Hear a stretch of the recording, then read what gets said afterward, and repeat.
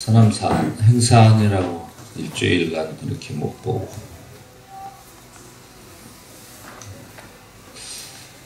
2015년 5월 10일 향림사 불교대학 오늘 강의를 시작하겠습니다. 먼저 우리가 죽비 3타로 이렇게 인사하고 예경문을 독송하고 시작하겠습니다.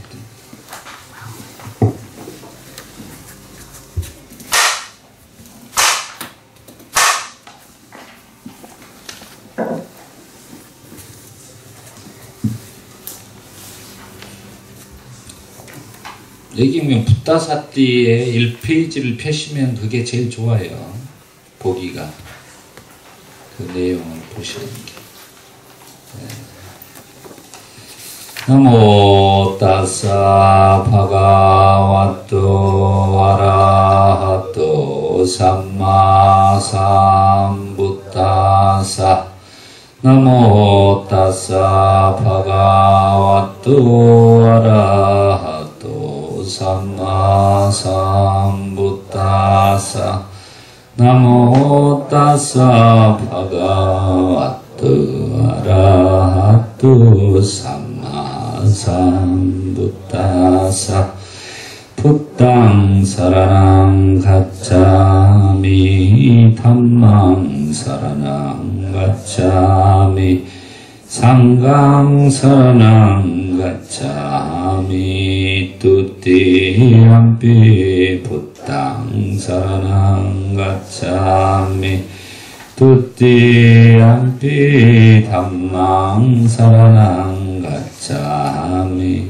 뚜띠암피 상강 사라낭 가짜미 따띠암피 붓땅 사라낭 가짜미 따띠암피 담망 사라낭 가짜미 따띠암피 상강 사라낭 가짜미 파나디바타에라마니 시카파당 사마디야미 아디나다나에라마니 시카파당 사마디야미 감미슈 미짜짜라 에라마니 시카파당 사마디야미 무사와다 베라마니 시카파당 사마디야미 수라메라야 마짜빠마타타나 베라마니 시카파당 사마디야미 이디비소 파가와 아라항 삼마삼부토 위짜짜라나 삼파하노 수카토루카 위두 아누따로 purisha dhamma sarati Shattadevam manusaram putto bhagava Suhagato bhagavato dhammo santitiko akaliko eipashiko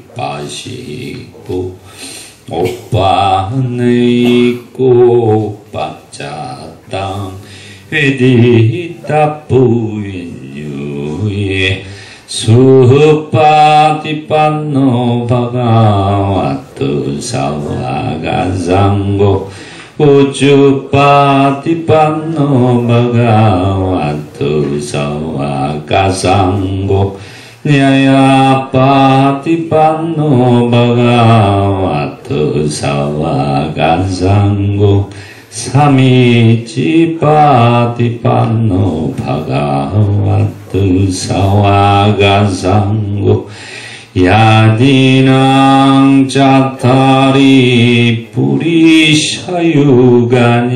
아타 뿌리샤 뽀깔라 에사 파가와뚜 사와가장고 아훈네요 빠훈네요 타키네요 안잘리 가나리요 안욕다랑 봉약계당 녹가사하 와야담마 상카라 아빠마데나 삼빠데타 사페 사타바완투 수키타 사페 사타바완투 수키타 사페 사타바완투 수키타 사두 사두 사두 사띠 파타라. 책 붓다사띠 이 큰 책에 1페이지에 있어요. 책이. 그게 이제 보시면 그게 제일 정확합니다. 이제 밴드에 올려놓으니까 이렇게 그걸 들으면서 이 발음을 조금 반복해서 쭉 듣다 보면 이렇게 기억이 됩니다. 그래서 발음도 되고, 그러니까 꼭 그렇게 무엇을 알기 위해서는 좀 노력을 해야 됩니다. 그래서 오늘은 전법 선언문에 대해서 강의를 하겠습니다. 저번 주 시간에 우리가 배웠던 게 바로 이제 초전법륜경을 5 비구에게 했을 때 제가 강의한 내용이 이제 오원에 대한 내용에 대해서 공부했고, 또 이제 그 무아상경, 그 다음에 초전법륜경을 설하시고 나서 그 다음에 바로 무아상경이라는 법문을 통해서 부처님이 5 수행자를 아라한으로 만들게 됩니다. 그래서 그리고 나서 이제 부처님이 이제 정식적으로 불교의 불법승 삼보가 갖추게 되었다라고 말씀을 드렸습니다. 그리고 나서 이제 부처님이 5명의 수행자들을 이렇게 이제 아라한을 만들고 나서 그 다음에 이제 인연이 된 분이 바로 야사라는 수행자예요. 야사는 이제 바라나시 녹야원의 부호의 아들로 태어나서 그 삶 속에서 그 부처님처럼 이제 뭐 세계의 궁전을 가지고 이렇게 살고 그랬는데, 어느 날 갑자기 그 무의들의 그런 잠자는 모습을 보고 환멸을 느껴가지고 어떤 말을 하면 괴롭구나 괴롭구나 이 말을 합니다.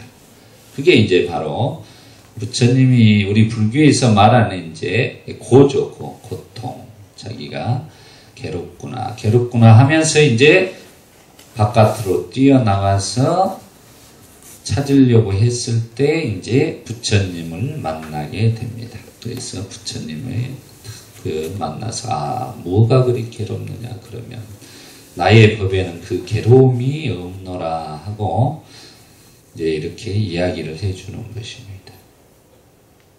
우리가 이제 그런 연상이 돼요. 이런 스토리를 보면 우리 달마대사가 와가지고 소림사에서 면벽 9년을 할 때 그 해가라는 사람이 와가지고 이제 그 해가라는 사람은 이제 한마디로 무도인이에요. 전국을 쫓아다니면서 다 무예로서 괴로워서 상대가 없어가지고 이제 달마대사를 이제 소문을 듣고 뭔가를 있는 것이 있을까 하고 찾아왔던 거죠.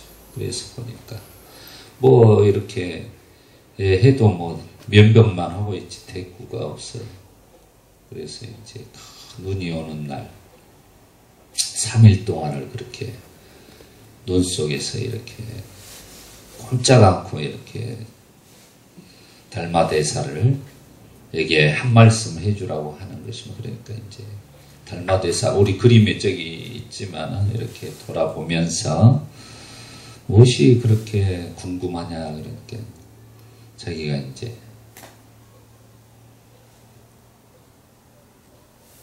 해가도 이제 그런 거죠. 자기도 이제 마음이 괴롭습니다 라고 이야기를 합니다. 그러니까 달마대사가 하는 말이 그럼 그 괴로운 마음을 내놔봐라 이렇게 했던 거죠.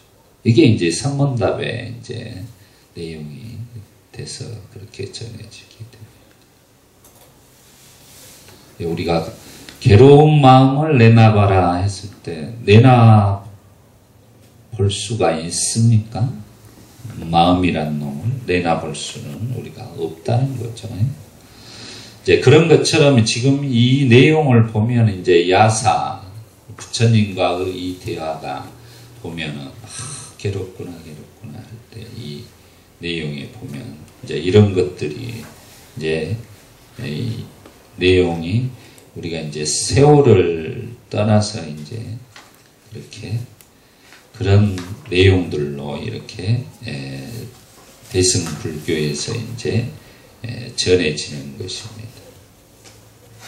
이런 초기 경전에 있는 내용들이 이제 전체적으로 이렇게 나중에 와서 이제 약간 이렇게 이제 확대되어서 이제 그런 내용들이 그래서 야사가 싫다 괴롭다 너무나도 고통스럽다 이렇게 했을 때 부처님이 이곳에는 괴로움이 없다네 비참함도 없다네 어서 이리와 앉으시게 내 그대를 위해 법을 설하겠네 하면서 이제 차제설법을 해주고 계십니다.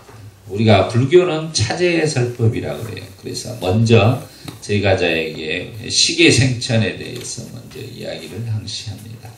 보시를 실천하고 계율을 지키면 하늘에게 나게 되느니라.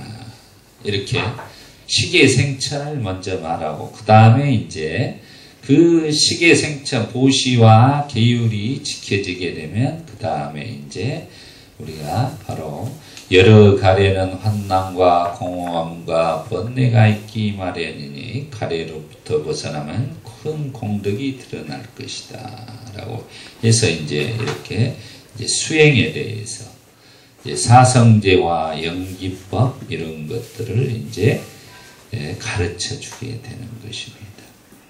그래서 우리가 차제로 이렇게 그 대기설법 이제 이런 말도 하죠. 그릇에 따라 법을 설하신다. 또 근기에 따라 그 사람의 처지와 환경, 능력에 따라 거기에 맞추어서 법을 설하시는 것이다. 라는 것입니다. 우리가 방편으로 설하신다 이런 말은 실은 없어요. 나중에 이제 그런 방편법이라는 게 만들어진 것. 불교에서는 이렇게 차제설법이 중요하다라는 것을 이해하십니다. 그리고 나서 이제 야사가 출가를 하게 됩니다. 그래서 야사가 출가를 하고 나서 이제 자기 부모들이 찾으러 왔을 때 이제 부처님이 야사를 숨겨놓고 야사 부모에게도 법을 설해요. 그래서 야사 아버님과 어머니가 최초로 이제 제가 신자가 된 거예요. 우리가 말한 청신자, 청신녀, 우바생, 우바이 이렇게 말하죠. 된 것입니다. 그래가지고 이제 집에 가서 야사에 이제 마누라도 이렇게 법을 설하게 돼서 제가 신자가 되었다. 그리고 나서 이제 야사가 이제 수행을 열심히 하고 출가를 했다니까 자기의 친구들이 이제 이렇게 4명이 또 야사가, 그러니까 부잣집 아들이 출가를 하니까 자기 친구들도, 뭐가 있을 것이다 라고 생각을 하는 거예요. 야사가. 부잣집 아들이 왜 갑자기 저렇게 괴롭다 하면서 출가를, 그래서 부처님, 성단에 출가를 하기 때문에 야사 친구 4명, 위마라, 수바우, 분자니, 완파티. 자, 이 4친구는 이제 친한 친구죠, 야사에. 그래서 출가를 하게 됩니다. 그래서 이제, 그리고 나서 이제, 다음으로 야사의 친구들 50명이 또 그 야사와 그 5명이 출가를 한 걸 보고, 야, 뭔가 있는 거다, 아니냐 하고 출가를 마음을 내게 됩니다. 우리가 친구 따라 강남 간다 그러죠. 이렇게 친구 따라 강남 가면 참 좋아요. 아라한이 됐어요. 근데 친구 따라 잘못 어디로 가버리면 이제 그 나이트 클럽이나 이런 데 가서 이제 잘못하면 이제 뭐가 되죠? 문제가 돼요. 강남 제비를 만난다 그런 말 있죠. 그런 식으로 이제 인생이 그냥 쫑나버리게 됩니다. 우리가 부와내동이나 친구를 잘 만나야 된다 그럽니다. 불교에서는 부처님이 선우라 그래요. 선우, 선한 것이다 이 말입니다. 선우, 그래 부처님 대열반경에서 돌아가시기 전에 아난다 존자가 물어요. 부처님에게 정말 선우는 나의 인생에서 몇 프로입니까 하면서 50%는 됩니까? 라고 묻습니다. 그러니까 부처님께서 그렇게 아난다여 그렇게 말하지 말아라. 선우는 너의 인생에서 100%이니라 라고 이렇게 말씀을 하시는 거예요. 이게 착한 법.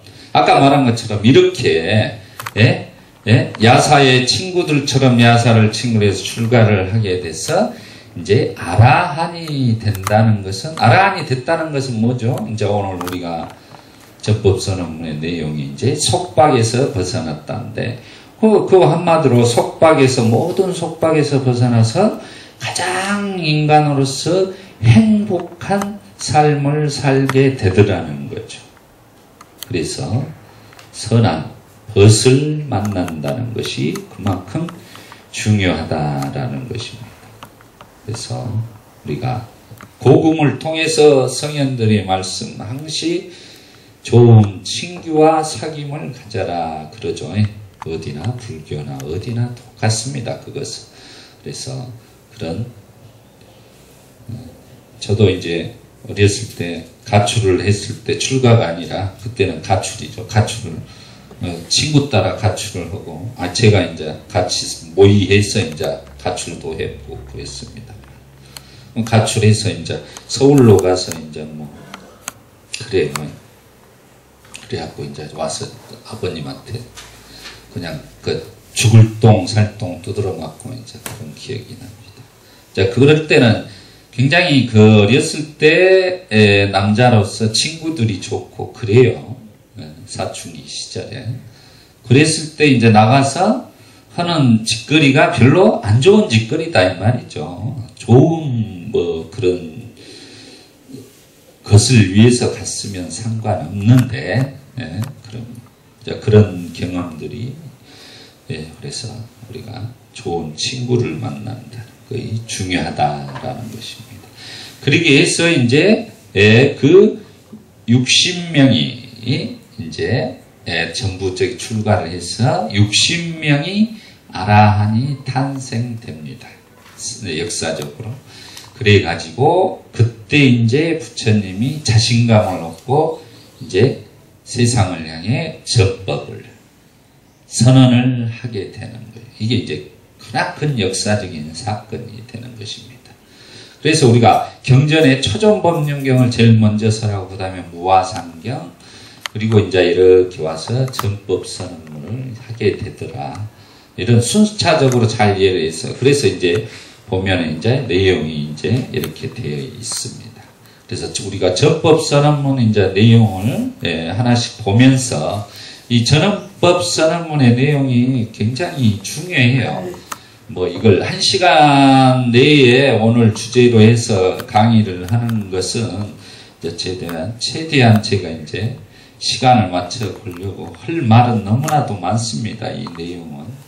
그렇지만 위해서 왜 우리가 전법을 해야 되는가, 그게 왜 중요한가에 대해서 부처님이 이렇게 전법을 선언하게 됐는가를 알아보겠습니다. 먼저 전법 선언문에 보면 어느 때 부처님은 바라나시의 20바다나의 사슴동산에 계셨다.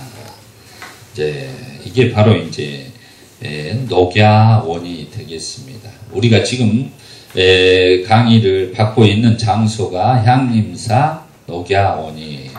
그래서 이제 큰 절에 가면 이제 녹야원이라는 이름을 걸고 이렇게 대부분 되어 있는 데는 한마디로 설법전이라고 이해를 하시면 됩니다. 설법전.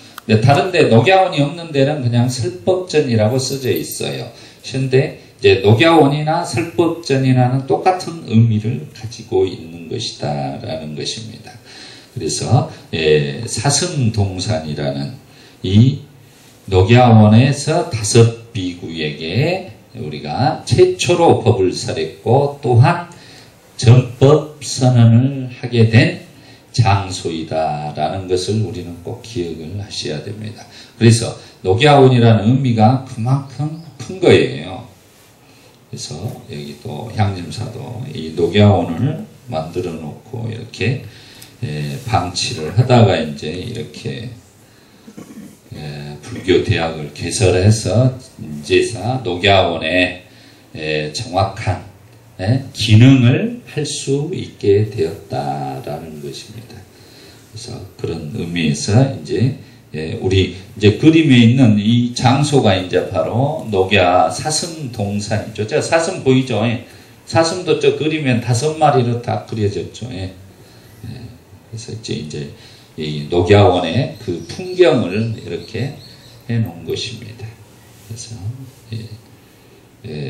저 탱화를 이제 저걸 해서 제가 주로 저는 이제 저 탱화를 사용을 해서 어디나 사용을 하고 있습니다. 그리고 이제 두 번째가 이제 우리가 제자들 60명이 아라한이 되었을 때 부처님은 제자들을 모시고 말씀하셨다.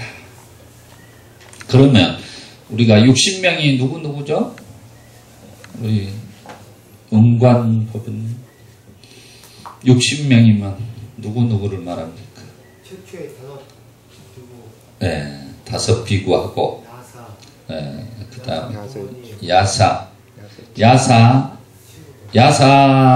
야사를 포함한 친구들이 몇 명이에요?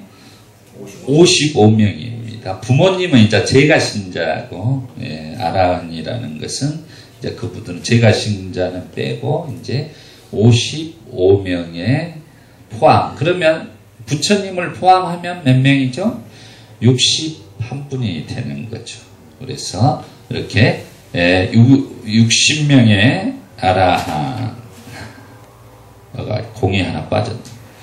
60명의 아라한 초점법륜경의 5비구와 무아상경을 설하시고 그 다음에 야사 친구 4명, 유마라, 수마오, 분자니, 완파티 그리고 야사 친구 50명 이렇게 해서 전부 다 그분들이 출가를 해서 60명이 이제 아라한이 되신 것이다 라는 것입니다.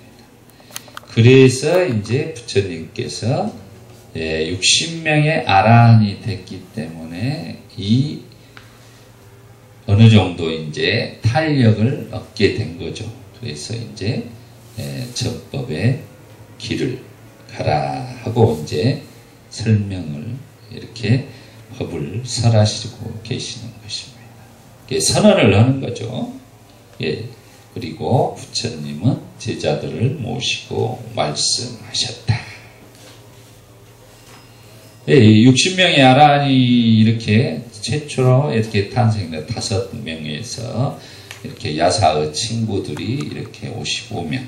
이렇게 그 기하급수적으로 숫자가 이렇게 늘어납니다. 우리 부처님의 이 행적을 보면 5명에서 시작해서 55명 또 이렇게 가다가 또 30명 가다가 또 이제 까사빠 형제들, 이제 삼형제들 해서 1000명이 이제 통째로 들어오고 또 빈비사라 대왕을 만나서 이제 2만 명이 통째로 또 불교의 승단으로 이제 제가 신도로서 들어오게 되고 그렇습니다. 한마디로 그 역사적으로 그 짧은 시간에 기하급수적으로 이 불교가 부흥을 하게 되는 거죠. 부흥을. 역사적으로 그렇게 빠르게 부흥을 했던 종교가 없습니다. 근데 아이러니하게 그런 종교가 인도에서 결국은 사라지게 됐다는 것이 좀 또 아이러니한 사건이 되겠습니다. 자, 그 왜 사라지게 된 이유에 대해서는 나중에 차차 이제 그 조건과 환경적인 것들에 대해서는 나중에 또 보시기로 하시고, 지금은 이제 이렇게 불교가 인도라는 16개의 국가가 있었습니다. 그 중에 이 마가다국의 이 빈비사랑이 대왕이 통치하고 있는 이 나라가 가장 강성한 나라였어요. 나중에는 이제 결국은 이 마가다국이 인도를 다 통일하게 됩니다. 그런 정도로 이런 그래서 부처님이 이제 이렇게 빈비사라 마가다국으로 이제 나중에 다시 가게 되는 것입니다. 전법을 위해서. 그래서 이런 내용들을 조금은 이해하시고 보시면 되겠습니다. 그래서 이제 부처님께서 제자들을 모시고 이제 제자들에게 하시는 말씀이 비쿠들이여. 원래는 이제 비구란 말이 비쿠예요. 원음이 비쿠들이여 나는 모든 속박에서 벗어났다 그랬습니다. 지금 모든 속박에서 부처님이 벗어났다를 스스로 선언하고 있는 거예요. 그러면 부처님이 속박에서 벗어나 그러면 자기의 제자들도 그대들도 또한 모든 속박에서 벗어났다 이야기를 합니다. 부처님을 지금 부처님이 우리가 이제 부처님을 우리가 붓다라고 합니다. 붓다.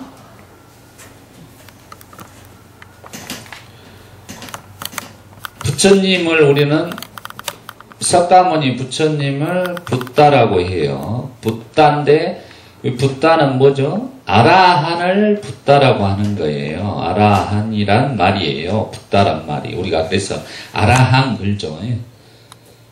붓다께서는 근데 제자들도 아라한이에요. 부처님이 나는 모든 속박에서 벗어났다. 그대들도 또한 모든 속박에서 벗어났다. 그 말이 이제 아라한이다 이 말이에요. 속박에서 벗어났다. 근데 왜 석가모니만 우리는 붓다라고 하는가 라는 의미죠.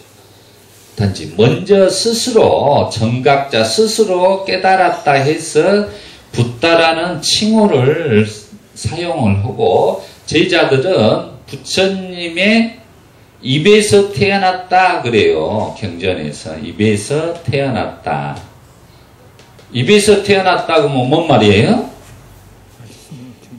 부처님 입에서 제자들이 태어납니까? 태어나죠. 그럼 뭔 비유입니까? 그 말은 부처님의 말씀에 의해서 너희들이 태어났다 이 말이에요. 그럼 불교는 뭐냐 이 말이에요. 불교는 실은 말씀의 종교예요. 말씀의 종교. 부처님이 말씀을 안 하셨으면 그분들이 깨달을 수가 있었을까요? 없지요. 말로 전하지 않았으면 깨달을 수가 없다. 그래서 부처님이 처음에 깨달음을 얻었고 내가 이 법을 설할까 말까 궁리를 하다가 너무 이 법이 심신미묘하기 때문에 과연 알 수 있을까라고 고민을 했다겠죠. 그때 이제 사함빠띠가 그러면은 부처님이 이 법을 설하지 않으면 이 세상은 멸망합니다. 부디 이 법을 설해 주십시오 하고 권청을 했다고 했습니다. 그게 이제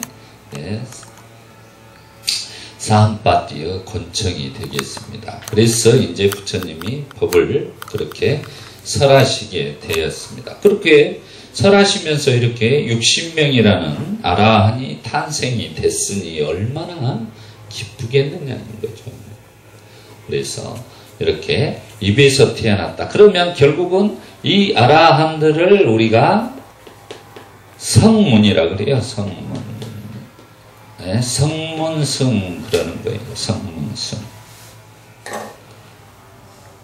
네, 이부에서 태어났단 말이 이제 성문승을 말하는 겁니다.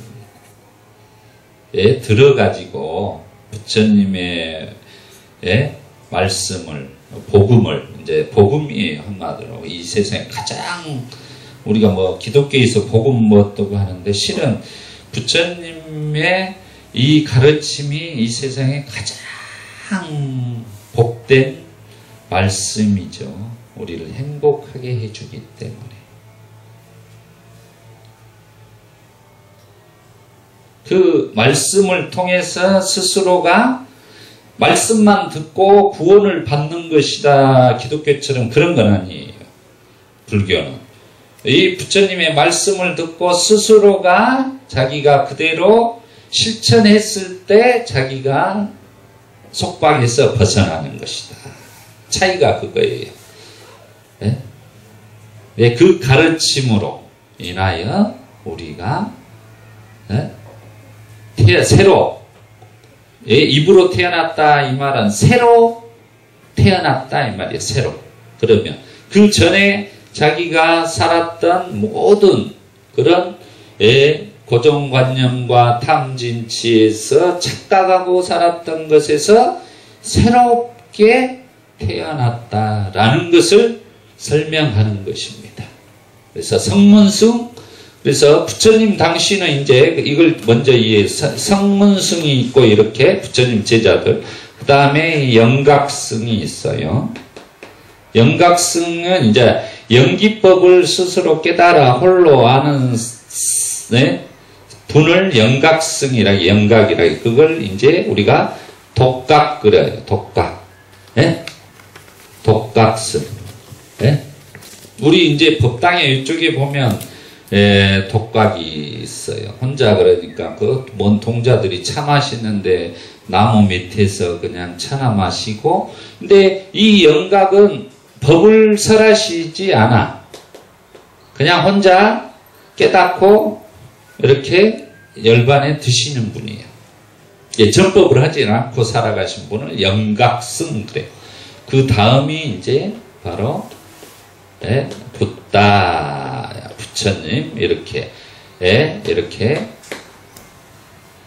말을 하고 있습니다. 대승에서 이제 무엇이 생겼어요? 성문, 영각, 나중에 여기다가 영각 위에다 보살을 넣어버렸어요. 나중에.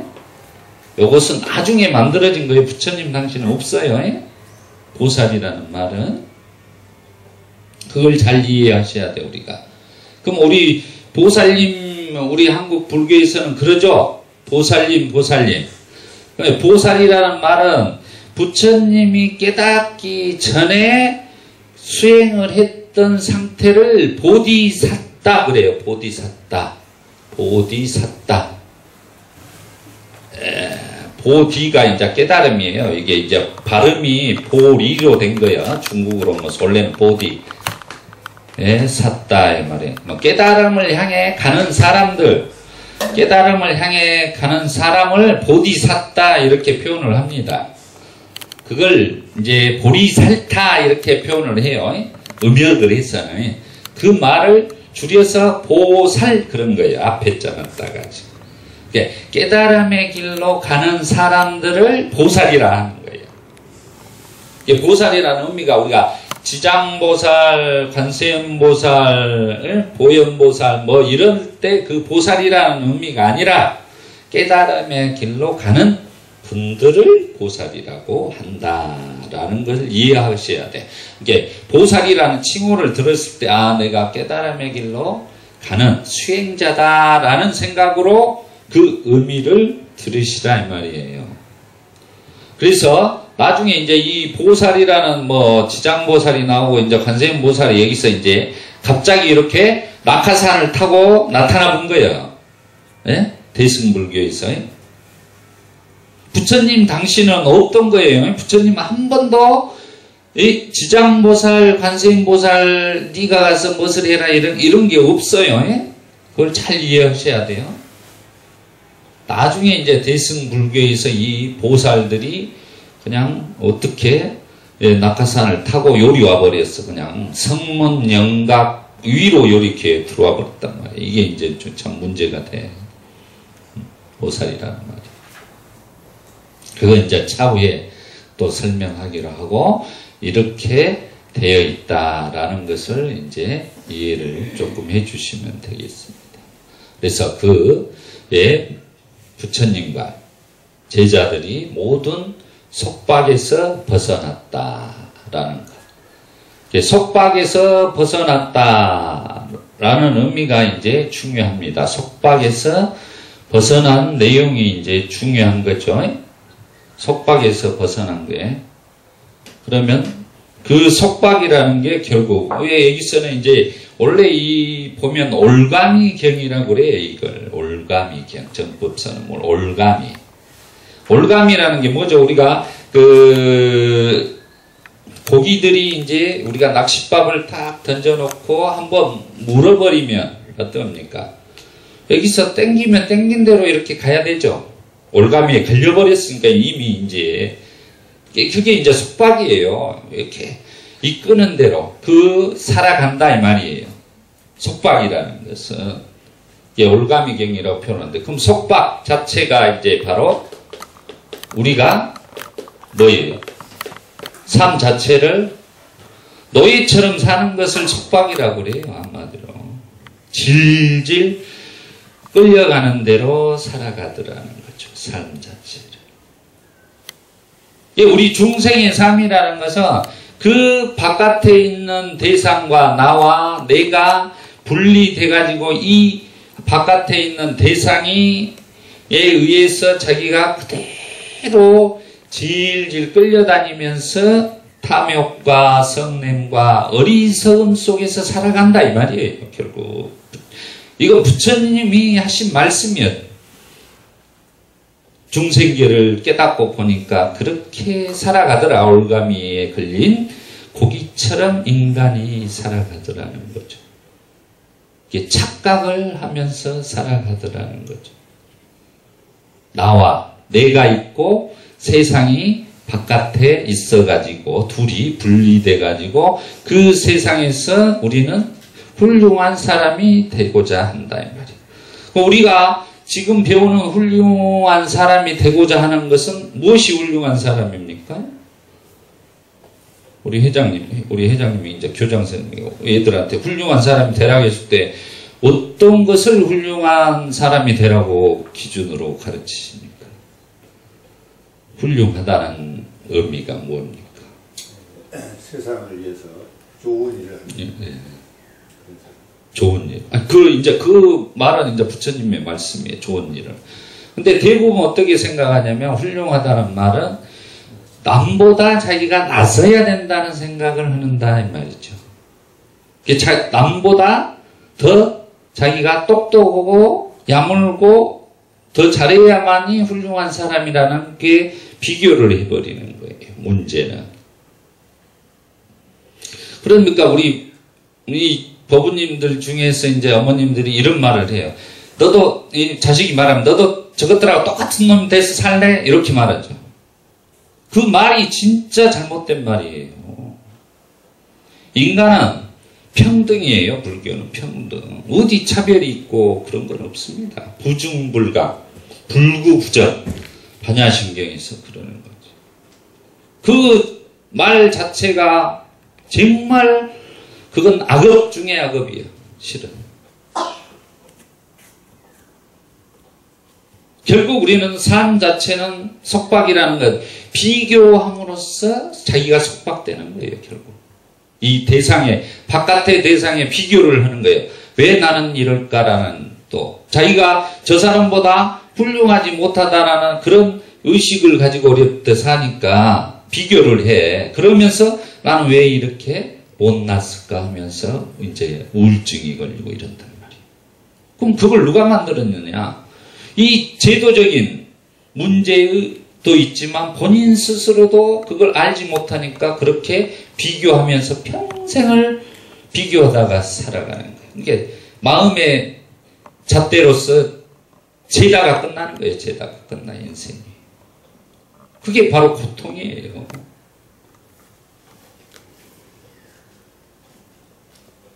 자유롭게 살지를 못해요. 그 비교를 하다 보니까 의식을 하게 되고 하면서 사람의 내가 이렇게 하는 거에 대해서 머뭇거리게 되고 하면서 진취적인 삶을 살지를 못한다는 겁니다.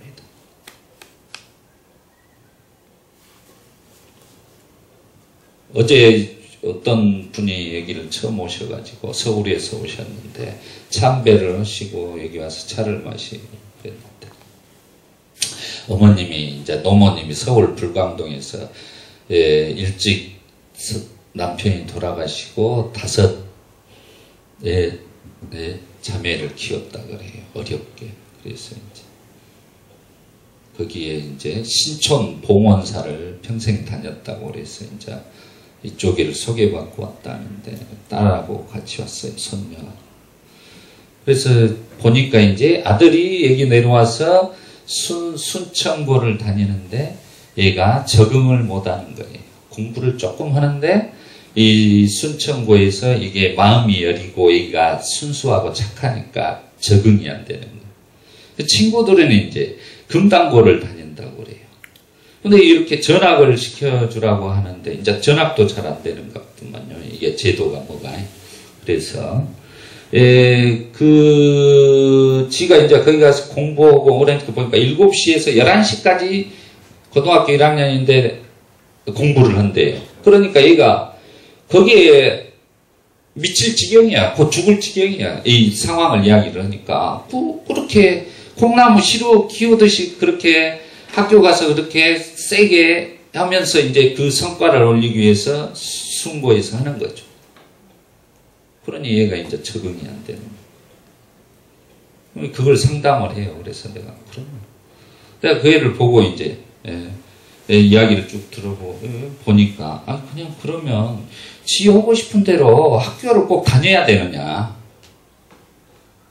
얘가 죽어보면 그만인데 그 스트레스 받고 학교를 다녀야 되는가. 그럼 그 학교를 다녀야 된다고 너는 분명히 학교를 다녀서 공부를 해서 대학을 가야지만이 네가 먹고 살 것이다라고 이야기를 하지요. 분명히 우리는. 공부를 안 하면 네가 나와서 어떻게 살 것이냐 이렇게 말을 하잖아요. 이제 그거에서 잘못된 거라는 거죠. 문제는. 걔는 그것이 아니에요. 지 삶에서는 지금은. 공부가 중요한 게 아니다는 거죠. 지 삶 자체는. 근데 우리는 부모라고 주위에서 어머님도 자기는 그러고 싶으나 자기도 못 그렇게 알지만은 못 내려놓고 또 내려놓고 싶어도 남편, 주위에 이제 보는 눈 이런 것들에 의해서 자식을 편하게 할 수가 없는 거예요. 그러다 보니까 이제 우리나라에 자살률이 많은 이유가 청소년 자살률 많은 이유가 그거예요. 1등 하는 애가 3등 나니까 떨어져 죽어. 이게 무슨 말이야 도대체. 그 원인은 그 애가 왜 죽어야 됐고 그것은 부모의 강한 대리만족의 욕구가 강하기 때문에 3등 나서 죽는 거예요. 전교 1등하다 3등 남게 왜 죽어야 되냐 이 말이야 도대체. 이게 무엇을 위해서 그런 것이냐. 어제 이제 그런 케이스 그러면 차라리 그냥 귀한 학교는 뭐 이런 것도 필요 없이 그냥 지 하고 싶은 대로 하게 놔두십시오.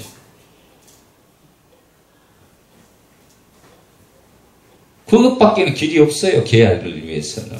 다른 방법이. 그러면 이제 결국은 그렇게 몰아가면 그 3년을 어떻게 버텨요? 지금 하루도 가기가 싫은데. 그 삶에서. 우리가 그런 걸 잘 생각을 해보셔야 돼요. 우리 때 저 같은 경우는 저는 스스로 제가 학교를 그만둔 사람이에요. 그런 거 싫어서. 고등학교 때. 제가 자퇴를 내고 저는 검정고시를 나중에 봐서 이제 대학도 가고 그랬습니다. 자기가 필요에 의해서 그러는 것입니다. 그런 경험을 제가 말씀을 드렸어요. 그건 삶이라는 건 제가 이렇게 살아서 출가해서 이렇게 제가 사는 삶이 내가 이렇게 자유롭게 저는 내가 그림 그리고 싶을 때 그리고 내가 하고 싶은 거 다 하면서 살아와서 지금 여기 와서 저는 행복해요. 그런데 왜 그 제도적인 그런 것들을 가지고 인간이 이렇게 해야 된다는 어떤 기계적으로 몰아가는 삶 속에서 그게 부처님이 말하는 것은 그게 바로 올가미에 걸려있다 이 말이에요. 결국은 삶 자체가 중생이 이 올가미에 걸려서 이리 가면 이리 가고 이리 가면 이렇게 사는 자식들을 만들려고 한다는 거죠. 결국은 우리가 그것이 잘한 것이라고 생각을 해. 그것은 자기의 합리지야. 합리. 자기가 편하려고 하지 않은 욕망으로 자기 자식을 대하는 것밖에 없다는 거. 자식의 귀중함과 존중함이 없다는 거예요. 제가 봤을 땐 전혀 그건 교육이 아닙니다. 절대로 인간성으로. 인간이 왜? 부처님은 인간은 행복하기 위해서 태어났다고 그래요. 온 목적은. 근데 우리는 먹고 살기 위해서 애들을 키운다 이 말이야. 먹고 살기 위해서. 교육도 먹고 살기 위해서 네가 잘 먹고 잘 살아라고 해서 교육을 시켜야 그게 말이 됩니까? 그게 우리나라 교육 자체가 완전히 거꾸로 가는 교육을 하고 있어요. 이런 교육 시스템에서 뭐가 훌륭한 인물이 나오고 뭐가 나오겠어요? 전혀 안 나옵니다. 그래서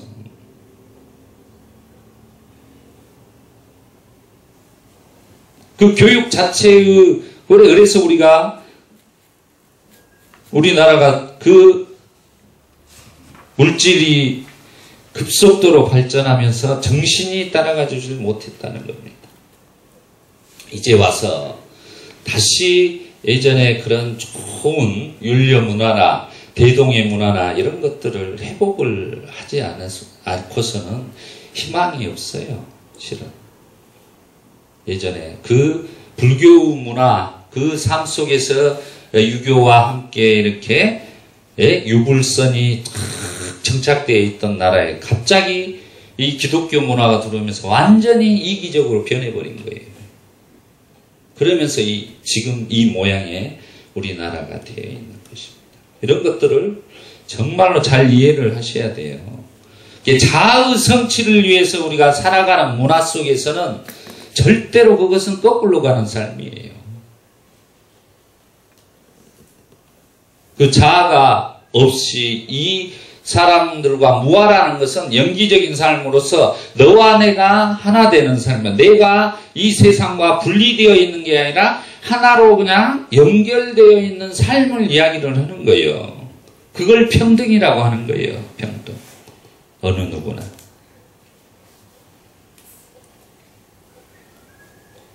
우리가 자해수행을 할 때 그래요. 동서남북 위아래로 무한한 자비심을 펼쳐라 라고 이야기를 합니다. 자비경에. 그러면 우아래로 동서남북으로 이렇게 동서남북 우아래로 자비심을 펼치는 것이 바로 불교 경전의 육방예경이라는 거예요. 육방예경에 나온 내용입니다. 친구, 친척, 이제 우리 윗사람, 아랫사람, 이제 주로 이제 이런 사회 관계에서 어떻게 커뮤니케이션을 할 것인가에 대한 내용이에요. 관계에서 연기법적으로. 그러면 그 육방애경이라든가 이렇게 자애심에서 하는 내용의 자기의 중심에는 누가 서 있죠? 자기가 있는 거예요, 자기가. 자기가 우주의 중심에 뚝 서서 그렇게 살아가는 삶을 사는 거다, 이 말이에요. 그 말은 자기가 스스로 창조해가면서 살아가는 거예요. 행복도 자기가 창조하는 것이고, 불행도 자기가 창조한 것. 속박에서 벗어나는 것도 결국은 자기가 속박에서 벗어나지, 누가 그 속박에서 벗어나게 해주고, 어떤 구세주가 있어서 갑자기 이렇게 들어서 건져져서 탁 이렇게 천상세계로 올려준다. 택도 없는 소리예요. 그것은 없어요. 그건 자기 그냥 관념이에요. 관념. 만들어 놓은 관념에 의해서 천상세계, 천국을 환상적으로 만드는 꿈속에 꿈을 더한 것뿐이죠. 지금도 꿈꾸고 있는 놈이 또 꿈을 꾸면서 천상세계를 만들어 놨다 이 말이에요. 그게 될 일이에요. 그게 이제 속박에서 벗어났다는 그 자체가 바로 우리가 탐진치 삼독에서 벗어나. 그러면 탐진치의 삼독에서 우리가 저번에 이제 무화경을 이야기를 했습니다. 오원에 대해서. 우리는 오원으로 구성되어 있다 그랬습니다. 색수상행식이라는.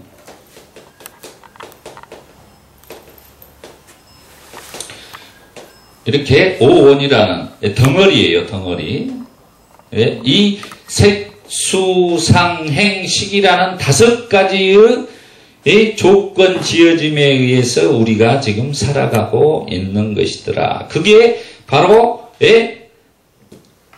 오온이 우리가 탐욕과 가래 이런 것들에 대해서 집착함으로써 가래함으로써 결국은 오치온의 삶을 살아가더라는 것입니다.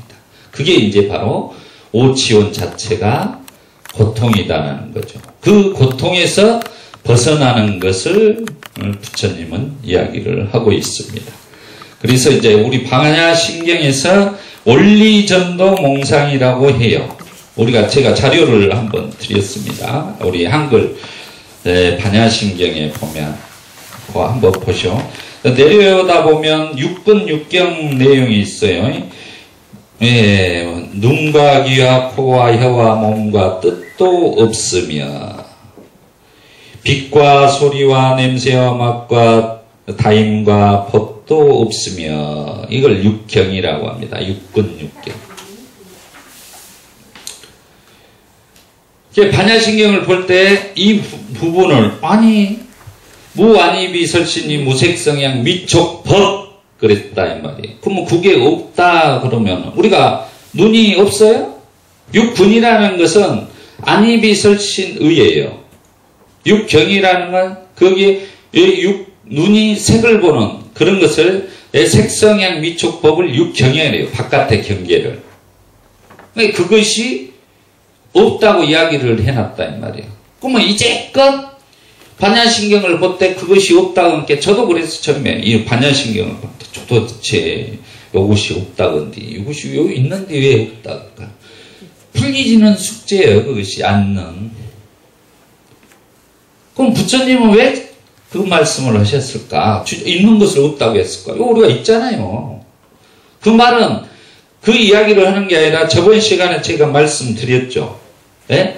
여기에 육근, 육경이 아니라 이 안에 뭐가 있다 해서 육내입처, 육외입처가 있다고 했죠.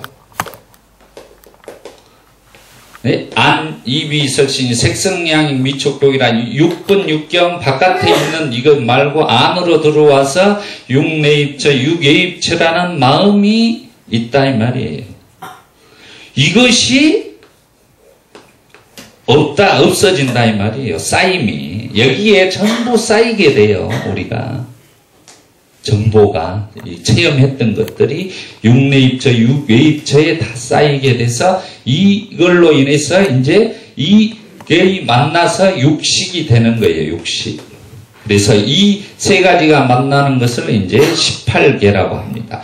이 18개의 육식이 만나면서 이제 촉이 생깁니다. 촉이 생기면서 수상사라는 이 내용이 나오는 거예요. 오원이 이제 나오게 됩니다. 시까지 해서. 그게 부처님은 없다 이 말이 없다. 우리가 지금 요 육근 육경 요 안이비설신이 우리 지금 이 색으로 있는 이것은 있는 것이지만 이 안에 잘못되어 있는 이 착각하고 사랑 이것들이 마음들이 만들어내는 것이 결국은 없는 것이다라는 거예요. 결국은 그 말은 쉽게 하면 마음은 아까 달마대사가 괴로운 마음을 내놔라 보니까 못 내놓는다 있죠. 그런 것처럼 우리 마음에 이렇게 육내입체, 유기입체, 육식이라는 것들이 실체가 원래 없는데 자기가 그것에 착각을 하고 있는 것처럼 살아간다 이 말이에요. 결국은 착각 속에서 살아가는 거죠. 우리 삶. 그 말은 뭔 말이냐면 자기의 자아라는 관념에 의해서 내가 안에 있고 바깥에 어떤 세상이 있을 거라는 것을 분리해버리는 거예요. 분리해버려. 오치원으로 되면서. 오치원이 되면서 집착함으로써 이제 분리를 해버리면서 살아가는 거예요. 그러면서 분리하면서 뭐가 되는 거죠? 나라는 자아를 만들어버린 거예요. 그게 오치원이 결국은 자아예요. 자아. 이게 자아. 오치원이라는 것이. 그럼 이 오치원은 어떻게 만들어졌어요? 이걸로 만들어진 거예요. 탐진치에 의해서. 욕구와 욕망에 의해서 오치원이 만들어진 것이더라는 거죠. 결국 자기 자신을 자기의 욕구와 욕망에 의해서 만들어 놓고 이게 한마디로 자기가 스스로 꿈을 꾸는 거예요. 나라는 놈이 꿈을 꾸는 거예요. 지금. 그래서 반야신경에서 뭐라 했어요? 이렇게 전도몽상이라 그랬다 이 말이에요. 전도몽상 그것이 뒤바뀐 꿈속에 살아간다 이 말이에요. 그걸 부처님이 인간이 깨닫고 본 게 모든 사람들이 그렇게 꿈속에서 살아가는 것처럼 살아가더라는 거죠. 그래서 이제 여기에서 이제 반야신경에서는 이제 원리 전도몽상 이렇게 돼 있죠. 모든 것에서 그 뒤바뀐 생각에서 벗어났다 이 말이에요. 뜻이 이것에서 이제 이 착각에서 자아에서 무아로 이 육내입체 유입체에서 육식에 의해 조건의 삼사합 촉으로서 수상사라는 색수상의 형식이라는 것이 이렇게 가래로 인해서 탐욕에 의해서 이렇게 만들어져 가지고 우리가 착각하면서 이 세상을 살아가는 것이 지금의 자신의 실체예요. 실체. 다른 게 아니라 이게 실체예요. 우리가 지금껏 생각하는 이 세상과 나와 이렇게 살아가는 건 실은 전부 다 뭐예요? 꿈이라니까요. 꿈. 자기가 착각하고 그냥 사는 거예요. 부처님이 깨닫고 보니까 얼마나 이제 허망한 거냐 이 말이에요. 그래서 이제 그런 말을 하는 거예요. 이렇게 말을 하다 보니까 미국에서는 이런 말을 듣고 야 불교가 대단하긴 한데 나중에 보니까 궁극적으로 보니까 허무주의더라 이렇게 가버리는 거예요. 지금은 근데 미국에서도 유럽에서도 받아들이는 거예요. 자아를 성취하기에 끝까지 자기가 가봤으나 답이 없어요. 거기에서. 그럼 그 자아의 성취라는 게 결국 뭐냐? 쾌락이에요. 쾌락. 궁극에 가서 쾌락의 끝을 봤으나 아니더라는 걸 알죠. 그것은. 그래서 이제 무아를 찾아서 수행을 하고 이제 동서화합을 이제 동과 서가 만난 거죠.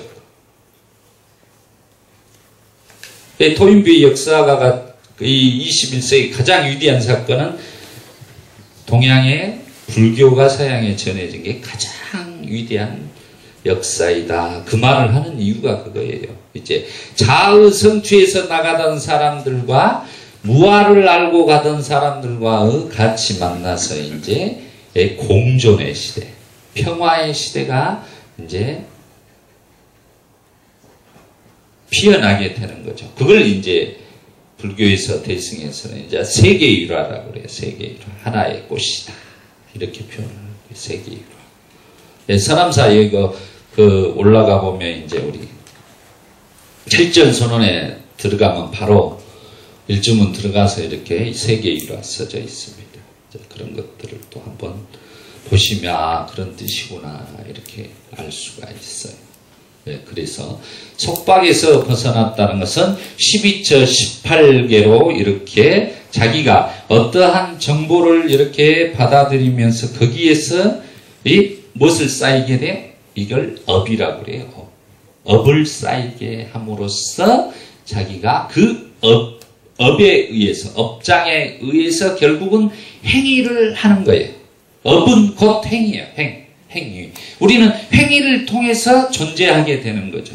결국. 행위를 하지 않고 가만히 있으면 없어할 일이 실은 없죠. 근데 행위를 통해서 우리는 마음이 이렇게 말로 하고 신구우사공으로 마음이 먼저 일어나고 그 다음에 말을 하게 되고 그 다음에 몸이 움직이게 되어 있어요. 그래서 마음씨, 말씨, 맵씨 이렇게 이야기를 하는 거예요. 마음씨가 제일 중요한 거예요. 마음씨를 우리가 먼저 신, 구, 의 이렇게 할 때 먼저 우리는 대부분 불자님들이 와서 하면은 절부터 해요. 108부부터. 그래갖고 참여한다고 해요. 근데 천년만년을 그 절을 참여해가지고는 절대 마음에 도달하지를 못해. 마음이 바뀌질 않아. 가장 근본적인 뿌리는 원인은 마음이에요. 마음. 이 마음이 이렇게 내가 누구인가를 알고 내가 이렇게 되어 있다를 알았을 때 바뀌어 갈 수가 있는 거예요. 그걸 삿띠를 하지 못하면 바뀔 뭐가 안 생겨. 전혀. 인연이. 그러니까 이렇게 몸을 조복받는다 이렇게 이야기를 해요. 몸을. 그 몸뚱아리가 문제가 있습니까? 몸이 뭔 더럽고 추접스럽고 뭐 이런 게 있냐 이 말이에요. 불구부정, 부중불가. 없어요. 추하게 생기나 이쁘게 생기나 뭐 그러면 아무런 의미가 없는 거예요. 몸뚱아리가 왜 업이 되는 거냐 이 말이에요. 업은 어디에 있는 거예요? 마음에 있는 거예요. 마음에. 마음이 업이에요. 마음에 의해서 자기가 몸뚱아리는 이끌려가는 거지 왜 몸뚱아리를 고행을 시키냐는 거죠. 그래서 부처님이 6년 고행을 했으나 깨달음을 못 얻었다 했잖아요. 최고의 인간으로 고행을 했으나 안 되더라는 거예요. 그것은 마음을 깨달아야지 몸을 그렇게 혹사시킨다 해서 되냐고 안 된다는 거죠. 그럼 마음을 안다는 건 뭐냐? 근본적으로 자기가 누구인가를 알았을 때 아는 거예요. 이렇게 우리는 이런 착각 속에서 이렇게 12처와 18개 이렇게 6내입처, 6개입처, 육식이 촉수상사해서 오원, 오치원이라는 가래를 인해서 우리가 먹는 물질이 있어요. 사식이라고. 그걸 단식, 촉식, 의사식, 식식이라는 네 가지의 자양분을 자기가 취하는 거예요. 이렇게 살아가면서 인생에서. 거기에 대해서 가래를 느끼면서 살아가는 것을 이제 애라 그러죠. 그러게 12연기가 그래서 쭉 펼쳐진 애, 취, 유, 생, 노, 사, 오비, 고뇌가 탁 생겨나는 거예요. 그게 정신적인 거예요. 우리가 삶에 내가 자기가 이렇게 인생에서 죽고 나고 이런 말이 아니라 이 인생에서 자기가 이 한평생을 살아가면서 정신적으로 자기가 이런 상태에서 오치원으로 살 것이냐 오원으로 살 것이냐. 그리고 우리는 이 탐욕에 의해서 새롭게 업장을 가중되는 증장하는 시기 증장하는 삶을 업을 계속 더하는 삶을 통해서 고통을 받고 살아가는 것입니다. 그러면 누가 만드는 거예요? 본인 스스로가 고통을 만들어가는 거예요.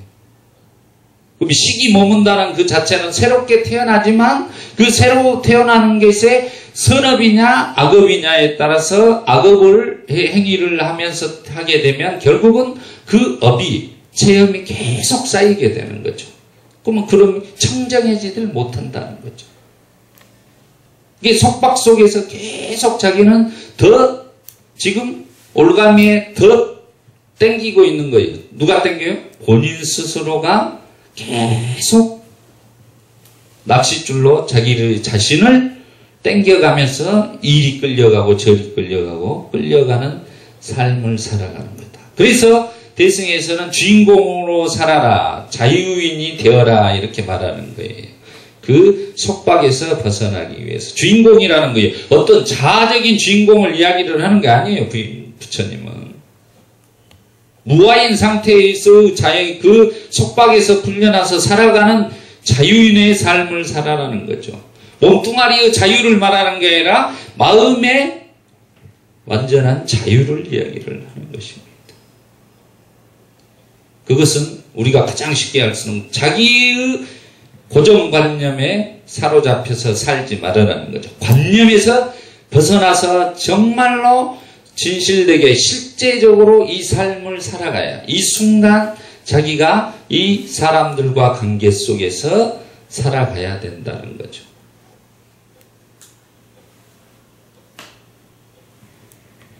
우리는 만남을 갖다가 좀 그 사람이 서운하고 안 만나주고 이렇게 하면 그거에 대해서 서운해하고 그래요. 그것은 뭐냐? 그럼 결국은 자기의 욕망에 의해서 저 상대방이 대상이 자기 뜻대로 안 움직여주기 때문에 안 움직여주기 때문에 서운하고 화가 나는 거죠.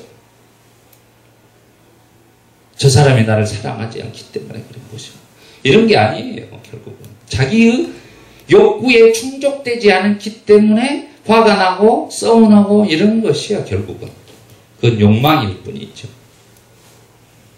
그것은 결국은 자기가 올가미를 걸어놓고 있는 것과 똑같은 거예요. 결국 그 말 뜻은 그거에서 자기가 내려놓고 상대라는 것은 그냥 이렇게 해서 서로 관계 때 좋았다가 싫었다 좋았다 싫었다 뭐 이런 것은 다 반복되는 거죠. 그것에 대해서 우리가 이제 이렇게 이해를 하게 되면 좋았다 싫었다의 그런 관계는 없어지는 거예요. 실은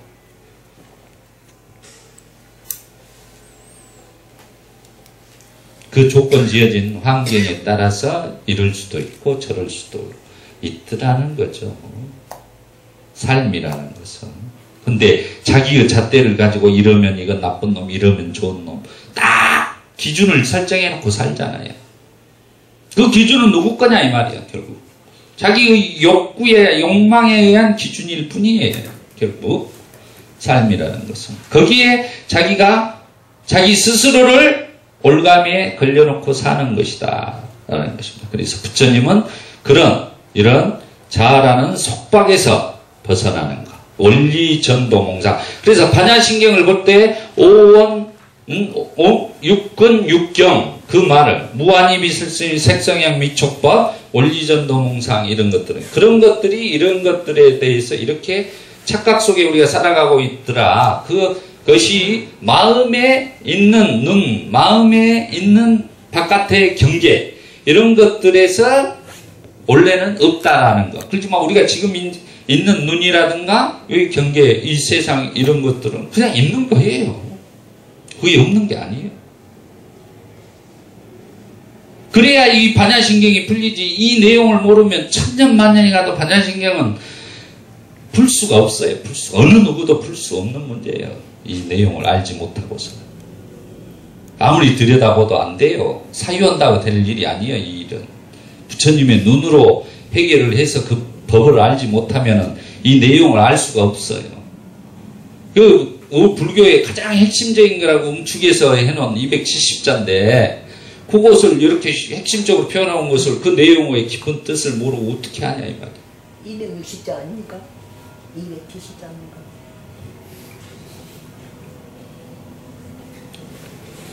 그래서 이렇게 속박에서 벗어나는 거. 이제 반야신경을 우리가 이제 보면은 이제 이걸 좀 이해하고 보면 풀려요. 왜 부증불감이고 불구부정이고 더럽지도 않고 늘어나지도 줄지도 않고 모든 것들이 이제 이 포인트만 찾아서 보시면 웬만한 건 이제 이게 다 풀려지는 이야기예요.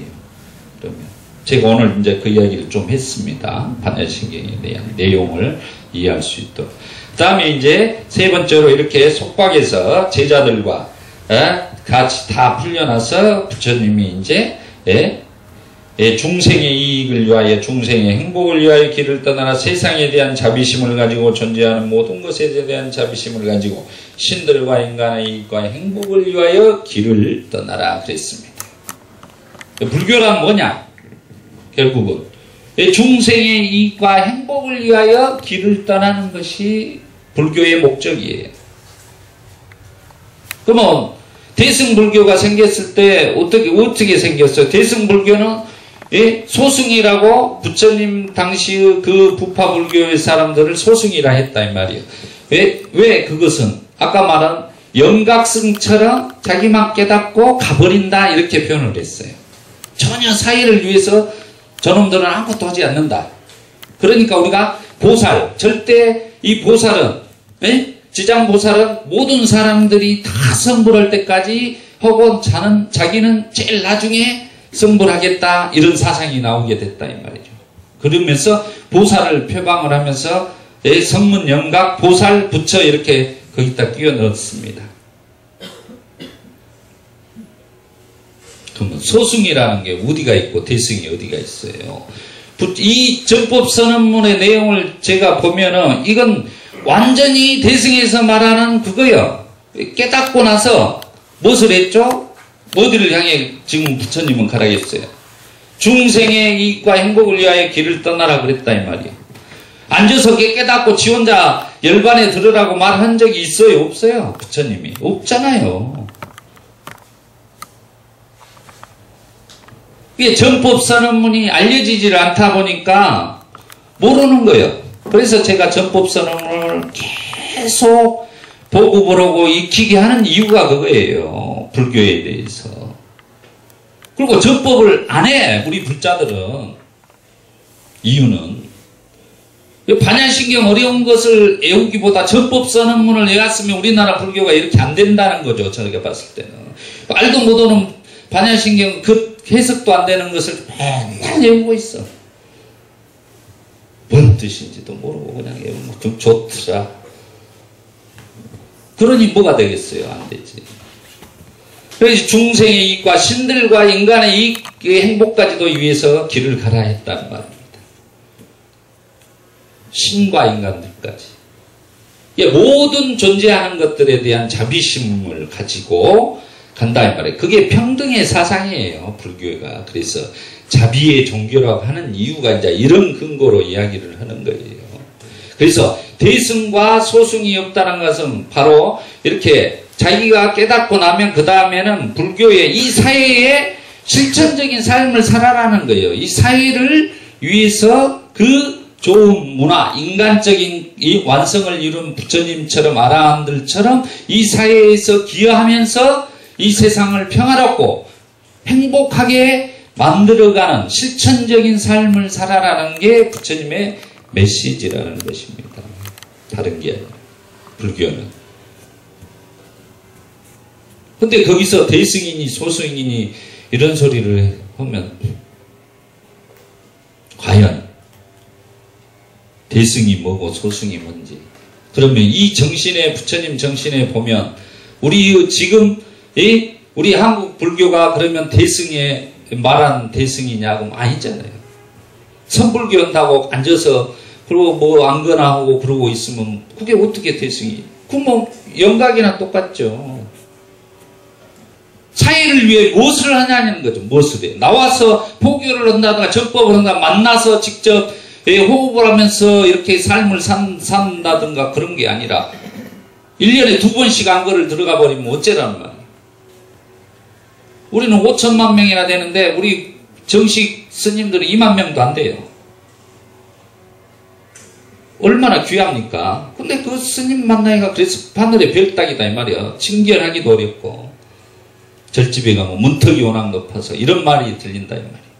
그게 뭐냐 이 말이야. 부처님은 한 번도 찾아오신 사람 만나준 적이 없어요. 아니 안 만나주신 적이 없어요. 찾아다니면서 다 만나고 평생 동안 부처님도 살다 길 위에서 가신 분인데 누가 부처님보다 더 위대해서 자기들이 나를 만나려면 뭐 3,000배를 해라 그런 말을 하냐 이 말이야. 무엇이 대단해서 3,000배를 해. 나는 어이가 없어 그런 말을 듣고서. 어떻게 그렇게 하냐. 부처님이 자기 만나려고 3,000배라는 말을 한 적 있어요? 없어요. 어느 누구나 다 만나줬어요. 마지막 돌아가시는 그 순간 숨이 헐떡거릴 때도 그 120살 묵은 수바따라는 제자가 와서 법을 청할 때도 그 숨이 헐떡거리면서도 법을 설한다 이 말이죠. 마지막 순간까지. 그런 삶을 전체적으로 불교가 부처님의 인간의 한 인간으로서 그렇게 45년간 전법을 한 삶에 대해서 너무나 모른다는 게 개탄스럽지 않을 수 없어요. 저는 내가 보면은. 과연 부처가 무엇인지를 알고 이야기를 하는 것인가?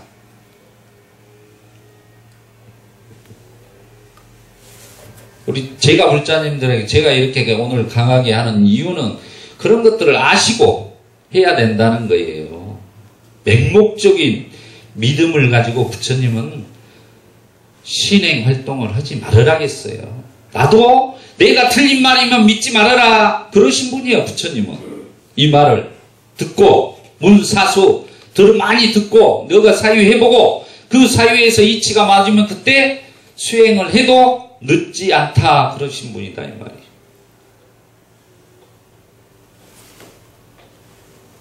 그럼 우리는 어떠냐 무조건 이 절집에 오면 누가 이렇다 하면 이게 좋다 하면 이렇게 하면 무조건 그걸 자기 제자들끼리 하는 말을 듣고 막 하면 뭔 무속짓거리를 해.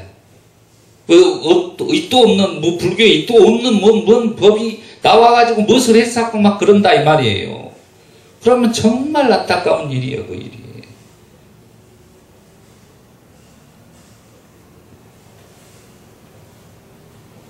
정법을 가르쳐주면 정확하게 가르쳐주면 그 말을 믿지를 않아요. 제가 10여 년째 이렇게 해보지만 나보다 미친놈이라 그러지 절대 저를 좋게 보지 않아요. 그렇지만 한 길로 제가 가는 거예요. 이게 진실이기 때문에 저는 가는 거예요. 단지 부처님의 가르침에 진심이기 때문에 전해주려고 하는 것뿐이에요.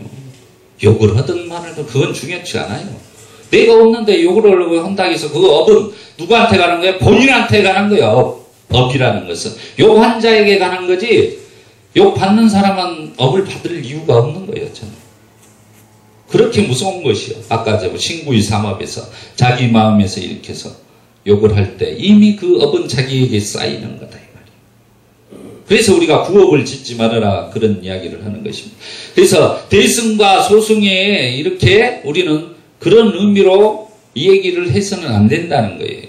그래서 초기 불교, 근본 불교 이렇게 와서 이렇게 북방 불교, 남방 불교, 상자부 불교 이렇게 이제 표현을 해야지 대승소승이라는 어떤 그런 사유를 할 수가 있네요. 그 대승이 생기게 된 배경에 대해서는 나중에 또 이제 그 기막힌 그 내용을 이야기를 하기로 하고요. 오늘 시간이 없어요. 그래서 이제 그 다음에 이제 둘이 함께 같은 길을 가지 마라 그랬습니다. 둘이 함께 같은 길을 가지 마라. 그러면 60명의 아라한이 탄생돼서 부처님이 둘이 함께 같이 가지 마라 그랬습니다. 예수는 뭐라 했어요? 12제자에게 절대 혼자 가지 마라. 둘이 함께 가라. 만약에 혼자 가다가는 사탄과 악마들의 돌로 쳐 죽임을 당할 것이다. 그러니 둘이 뭉쳐서 전도의 길을 가라 했단 말이에요. 근데 부처님은 뭐라고 합니까? 둘이 가지 마라. 그 말은 왜 그랬겠을까요? 이 법이 너무나 인간들에게 행복을 위해서 너무나 좋기 때문에 60명을 이렇게 줄여버리면 둘이 줄이면 어떻게 돼요? 31군데로 줄어져 버리죠. 그러니까 무소의 불처럼 혼자서 가라는 거예요. 더 많은 전법을 해라. 이 행복을 전해라. 그거 이유가 뭐예요? 중생의 이익과 행복을 위해서예요. 행복을 위해서.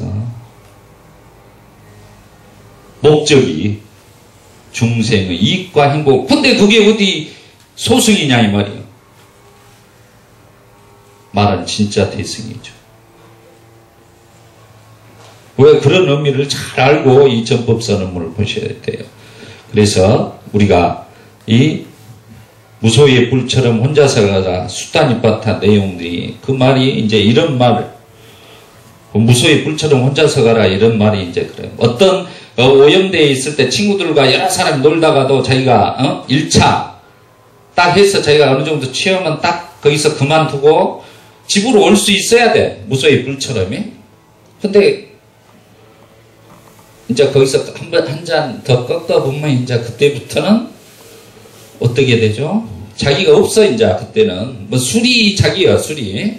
그러면서 이제 문제가 생긴다 이 말이에요. 그래서 혼자 무소의 불처럼 혼자 가라 이 말은 굉장히 많은 의미를 포함하고 있다는 것을 아셔야 돼요. 그래서 처음도 훌륭하고 중간도 훌륭하고 끝도 훌륭하고 처음도 훌륭하고 중간도 훌륭하고 끝도 훌륭하고 이건 이제 저는 이제 신뢰예요. 신뢰 사람이 살아가면서 처음 중간 끝까지 유종의 미를 거둘 줄 아는 신뢰가 있어야 된다. 살면서 저희가 믿음을 줘야 된다는 거죠.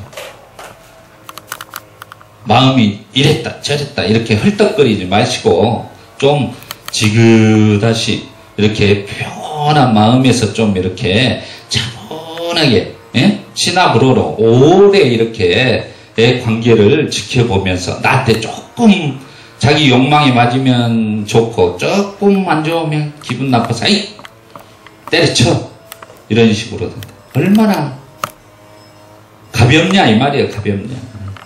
그러면 삶이 그러면 그렇게 살면 또 주위에 사람들이 많이 없어요. 고립돼. 좋은 사람과 나쁜 사람 그 기준은 법으로서 판단을 해야 된다. 법으로. 부처님은 선우를 만날 때도 그 친구가 법이 있는가 없는가에 따라 판단을 해라. 그러는 거예요. 자기에게 이렇게 돈 많이 주면서 같이 한번 한탕 해보자 그러면 그 친구한테 이제 욕망에 끌려가면 이제 어디로 가? 이제 쇠고랑 차는 거죠.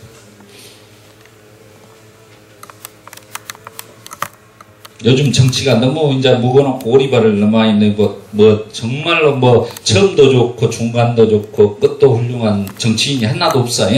문제는 처음만 좋아. 처음만 공약 남바로 마지막까지 끝도 좋게 회항을 못한단 말이에요. 문제가 절실한 이야기예요. 지금 부처님이 부처님이 제자들한테 가더라도 처음부터 끝까지 그걸 너희들이 어떠한 인내와 인욕을 하면서 그 길을 가라 이 말이에요. 무소의 불처럼 삶을 전법의 길을 어떠한 왜 우리 그래서 전법제일 슬법제일 부르나 존재가 자기 고향 땅으로 가는 내용이 나오잖아요. 너 고향 땅에 가면 너 고향 땅에 거기들은 그가 불자들이 많이 없으니까 네가 위험에 처할 것인데 너를 뺨을 때리면 어떻겠냐? 그럼 뺨을 치면 그 뺨 또 돌멩이로 치면 그것도 참아래. 돌멩이로 치면 자기를 죽이지 않은 걸로 더 고맙다고 생각한다. 이렇게 말한다 이 말이에요. 죽임을 당하면 어떻게 되면 내가 그래도 전법받아 죽으면 그 공덕이라도 쌓아서 가니 얼마나 좋겠냐. 이렇게 결국은 많은 사람을 전법을 하고 결국 죽어요. 부르나 존재. 그래도 그 제자들이 그 길을 가는 거예요. 그 아라한이 됐으니까 그게 가능한 거예요. 뭐 자아가 강했다고 못 가겠어요. 안 가지. 그리고 죽임을 무서워서 못 가는 거지. 무하기 때문에 가는 건 거죠. 그런 전도의 전법의 길에 살아서 그래서 역사적으로 2600년이 되지만 부르나 존자라는 분은 우리에게 알려지잖아요. 왜? 뭘로 알려져? 정신적으로 우리에게 알려지잖아요. 네? 그럼 어떤 대통령들 우리가 이승만이를 우리가 이렇게 기억을 해줍니까? 쩝니까? 아니잖아요. 세월이 흘러서 우리가 정도전이를 기억을 해줍니까? 왕건을 기억을 해줍니까? 어쩝니까? 아니잖아요. 시대적으로. 정말로 위대한 정신을 가지고 살아가신 분들에 대해서 우리는, 후세들은 기억해 주는 게. 그게 영원불멸이야. 실은 그 정신이 실은 인간의 삶에서 몸뚱아리요 영원불멸 이런 게 아니라, 우리가 부처님 오신 날이 거의 다가오지만 부처님은 2600년이 됐지만 어느 세계적으로 부다를 우리가 가슴에 안고 기리고 대성인으로서 생각을 한다 이 말이죠. 한 인간. 그건 뭐냐 이 말이죠. 그분이 거지로 살다 가신 분이에요. 거지. 구걸하면서. 비쿠라는 말이 거지라는 말이에요. 거짓말. 응? 얻어먹으면서 살다 가신 분이에요. 무엇을 안고 또.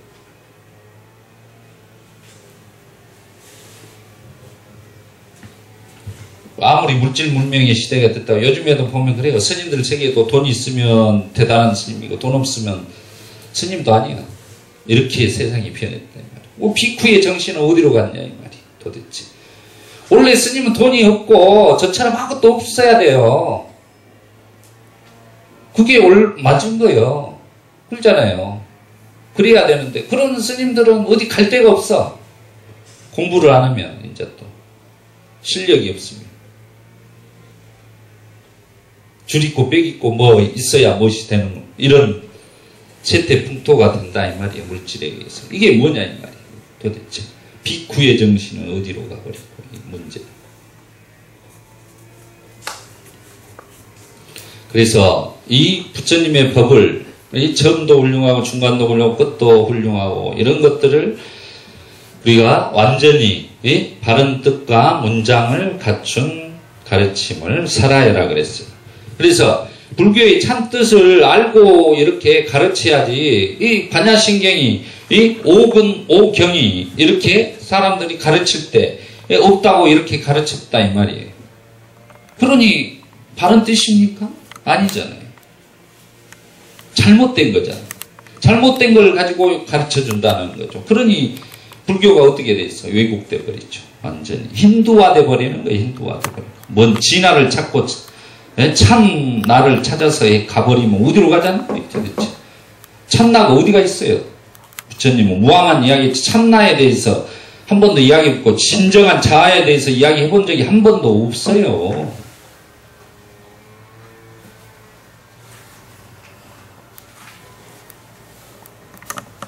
그 바른 뜻과 문장을 갖춘 거래요. 그 바른 뜻과 문장을 갖춘단 말이에요. 요즘 현대로 말하면 우리가 말한 설법을 해야 된다는 뜻이에요. 자기가 공부를 해서.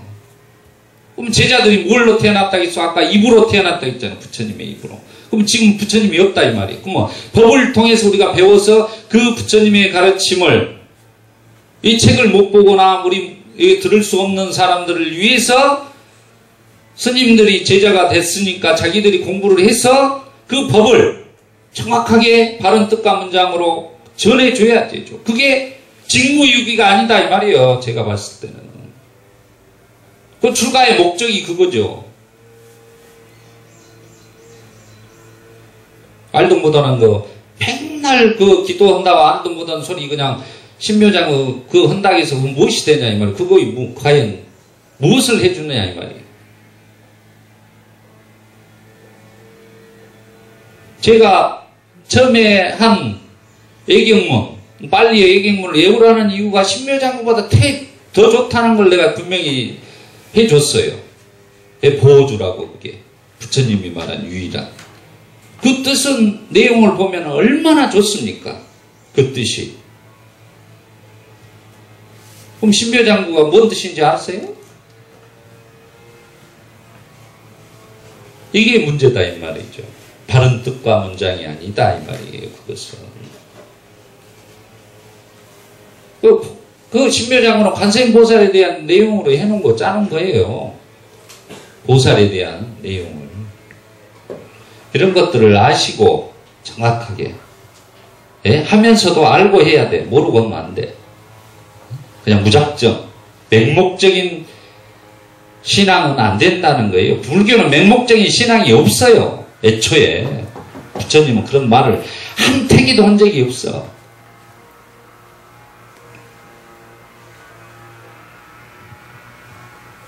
그래서 그 발음이 안 되는, 신묘장 발음이 얼마나 어렵습니까? 천수경, 우리 웬만한 보살님들 다 외워요.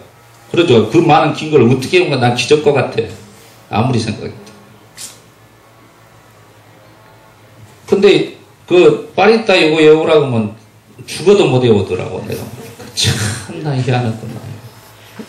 얼마 쉬운데, 그거 몇 자도 되도 않고. 절대 안 해.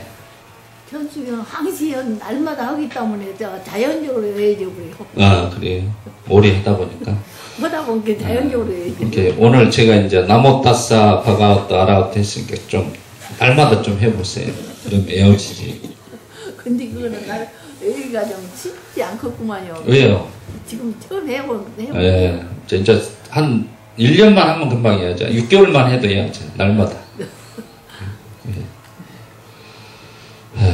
제가 법미선언에 있을 때 우리 저한테 공부했던 분한테 그걸 외우라고 그렇게 이야기했는데 죽어도 못 외우대. 그리고 제가 포기를 했습니다. 그걸 왜 배워야 된다는 이 절실함이 없는 거예요. 삶에서 뭐든지. 그래서 완전한 수행을 갖추고 삶을 보여주어라 이 말이에요. 우리가 완전하고 청정한 수행의 삶이라는 건 청정범행이라고 그러죠. 청정범행. 청정범행이라는 게 아까 이제 아라한에 되어서 저런 것들을 알고 나서 우리가 삶 속에서 대인관계라든가 이런 관계에서 커뮤니케이션이나 이런 것들이 원활하게 잘 하면서 사람들과 모나지하게 원만하게 살아가는 삶을 이야기를 합니다. 그게 이제 온각경이고 그런 거예요. 원만하게 살아가는. 그래서 우리가 이제 원만 모신 노사나불 이런 표현을 하고 있죠. 나중에 대승에서는 그런 것들을 이해하시면 되겠습니다. 그다음에 세상의 더러움에 덜 물든 사람들도 있다 그랬습니다. 순수한 사람들이 있다는 거예요. 아직 이 불교의 가르침을 듣지 못한 사람들이 너무 많아요. 우리나라의 통계가 무교가 50%예요. 50%에서 이제 불교, 기독교, 천주교 이렇게 갈려요. 근데 무교 사람들은 대부분 불교에 가까워요. 이제 1700년이라는 역사 속에서 불교가 자리를 잡고 있었기 때문에. 그분들은 근데 1년에 한 번 초파일에 등 달고 이분을 불자라고 할 수는 없어요. 실은. 그냥 그것은 무교지. 이런 분들을 이제 전법을 해야 되는 거죠. 이분들에게. 무교인 사람들은 대부분 내가 죽으면 끝이다 이렇게 살아가는 당견에 살아가는 사람들이에요.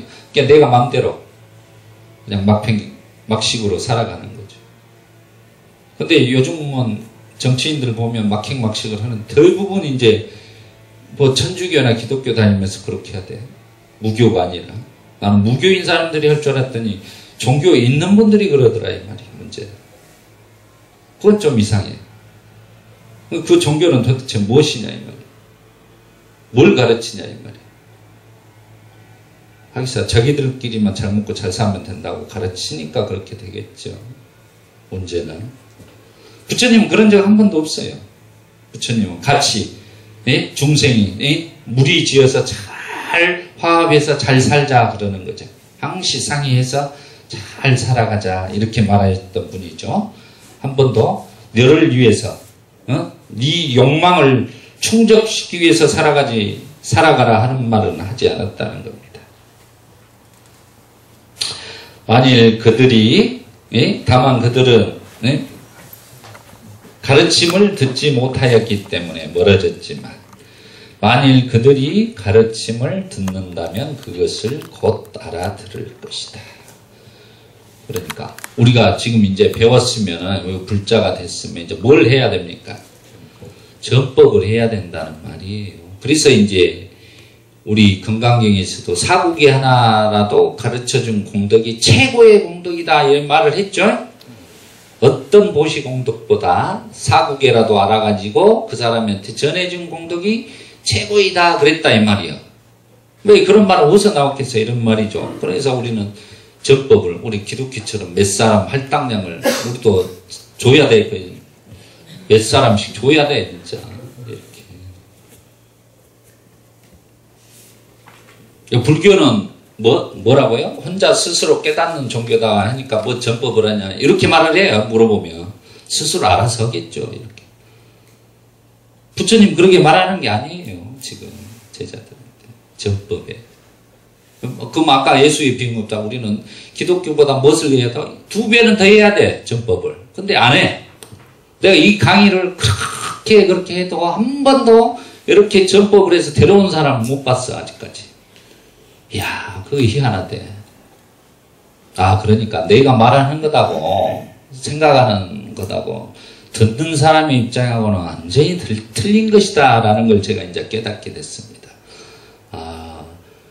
제 상식으로 이렇게 한다고 해서 이게 전부 다 저처럼 그렇게 받아들이진 않구나라는 것을 이제 제가 깨닫은 지가 한 3년 됐어요. 그 전에는 무조건 다 똑같은 줄 알았어요, 제 마음이. 그것에 대해서 제가 이해를 하고 나서부터 좀 편해졌습니다, 일단은.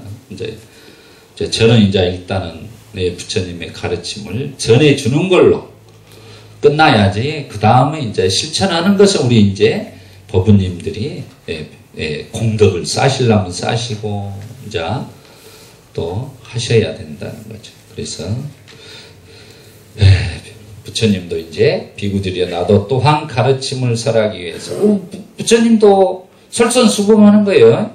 가르침을 설하기 위해 우류엘라의 세라니 마을로 다시 가는 거예요. 이제 자기가 깨달았던 한 300km 되는 데를 다시 또 이제 가는 거예요. 마가다국으로 이제. 거기가 이제 그 조건이 좋기 때문에 부처님이 직접 전법의 길로 나선다라는 것입니다. 그래서 이런 부처님의 위대한 전법선언문을 오늘 공부했습니다. 예. 그래서 마무리로 전법선언문하고 축원하고 끝나겠습니다.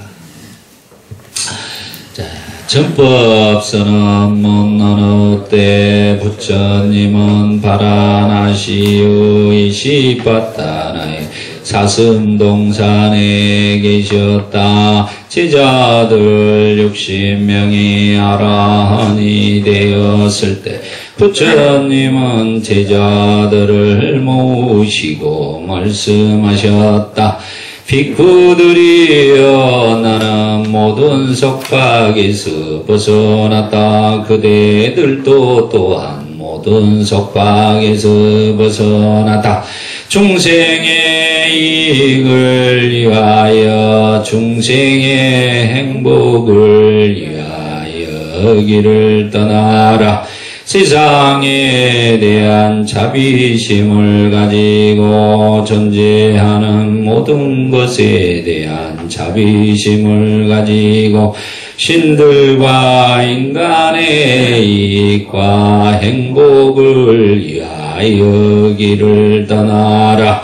둘이 함께 같은 길을 가지 마라. 처음도 훌륭하고 중간도 훌륭하고 끝도 훌륭하고 바른 뜻과 문장을 갖춘 가르침을 설하여라. 완전하고도 청정한 수행의 삶을 보여주어라. 세상에는 더러움에 덜 물든 사람들도 있다. 다만 그들은 가르침을 듣지 못하였기 때문에 멀어졌지만 만일 그들이 가르침을 듣는다면 그것을 곧 알아들을 것이다. 비구들이여 나도 또한 가르침을 설하기 위하여 우루엘라의 세라니 마을로 가야겠다. 축원하겠습니다. 오늘 2015년 5월 10일 향림사 불교대학 오늘은 전법선언문에 대해서 공부하였습니다. 이 전법선언문을 공부한 공덕으로 인하여 우리 법부님들이 이 생에 몸과 마음의 고통이 모두 소멸하고 자신들이 소원하는 바가 성취할 수 있도록 축원해 올립니다. 사두 사두 사두 사띠 빠타나. 우리는 행복한 사람들입니다. 감사합니다. 자, 오늘은 마음 나누기 시간이 좀 안 될 것 같은 게 제가 질문 받고 오늘은 마무리를 하고 바로 공양을 하겠습니다. 특별히 오늘 강의 중에 궁금하신 거 있으면 질문하시기 바랍니다. 잠깐만요. 스님 이거 자를까요? 네, 짧습니다.